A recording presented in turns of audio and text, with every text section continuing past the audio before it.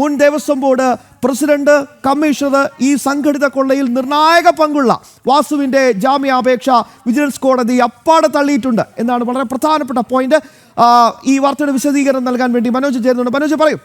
തീർച്ചയായും എൻ വാസു സമർപ്പിച്ച ജാമ്യാപേക്ഷ കോടതി തള്ളിയിരിക്കുന്നു. അത് തന്നെയാണ് ഞാൻ നേരത്തെ സൂചിപ്പിച്ചതുപോലെ അന്വേഷണത്തിൻ്റെ ഗൗരവമായിട്ടുള്ള ഈ ഒരു ഘട്ടത്തിൽ എൻ വാസു അതുപോലെ തന്നെ ഈ കേസിലെ പ്രതികൾ സമർപ്പിച്ച ജാമ്യാപേക്ഷയെല്ലാം തന്നെ നേരത്തെ കോടതി തള്ളിയിരുന്നു. അത് തന്നെ വീണ്ടും സംഭവിച്ചു.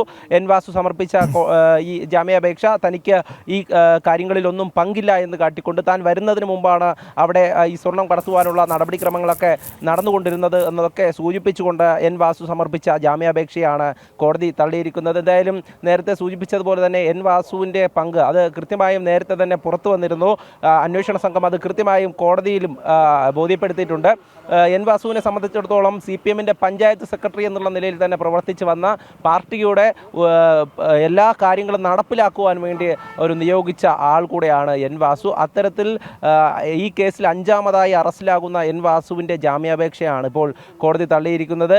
അതോടൊപ്പം തന്നെ പത്മകുമാറിൻ്റെ ജാമ്യാപേക്ഷ 8ാം തീയതി കോടതി പരിഗണിക്കുന്നുണ്ട്. എന്തായാലും ഈ കേസുമായി ബന്ധപ്പെട്ട് പ്രതികൾ ഓരോ തവണയും കൊല്ലം വിജിലൻസ് കോടതിയെ സമീപിക്കുമ്പോഴും അവർക്കാർക്കും തന്നെ നിലവിൽ ജാമ്യം കിട്ടിയിട്ടില്ല എന്നുള്ളത് തന്നെയാണ്. എന്തായാലും സ്വർണ്ണക്കൊള്ളയിൽ അന്വേഷണം പുരോഗമിക്കുമ്പോൾ ഈ ഒരു ഘട്ടത്തിൽ എൻ വാസുവും അതോടൊപ്പം തന്നെ പത്മകുമാറും ഒക്കെ നിർണായകമാണ്. അവരുടെ ഭാഗത്തു നിന്നുള്ള വിവരങ്ങളാണ് നിർണായകം. കാരണം ഇനിയുള്ള ആളുകളിലേക്ക്, അതായത് ഉന്നതരിലേക്ക് എത്തണമെങ്കിൽ കൃത്യമായും ഇവരിൽ നിന്നും വിവരങ്ങൾ ശേഖരിക്കേണ്ടതുണ്ട്. അതിനുവേണ്ടി തന്നെയാണ് കസ്റ്റഡി അപേക്ഷ കോടതിയിൽ സമർപ്പിച്ച അന്വേഷണ സംഘം ഇവരെ കസ്റ്റഡിയിൽ വാങ്ങി ചോദ്യം ചെയ്തതും അതിൽ നിന്നുമുള്ള വിവരങ്ങൾ അടങ്ങുന്ന കാര്യങ്ങൾ അതൊക്കെ തന്നെ റിപ്പോർട്ടിൽ സൂചിപ്പിച്ചിട്ടുണ്ട്. ഹൈക്കോടതിയിലടക്കം റിപ്പോർട്ട് സമർപ്പിച്ചിട്ടുണ്ട്.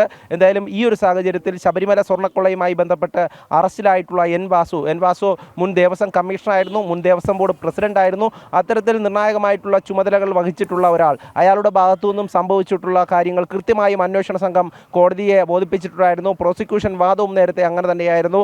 ഈ ഇടപെടലിൽ ജാമ്യം നൽകേണ്ടതില്ല എന്നുള്ള കാര്യം അത് മനോജ് വളരെ പ്രധാനപ്പെട്ട വാർത്തയുടെ വിശദാംശങ്ങളാണ് ഇപ്പോൾ തന്നുകൊണ്ടിരിക്കുന്നത്.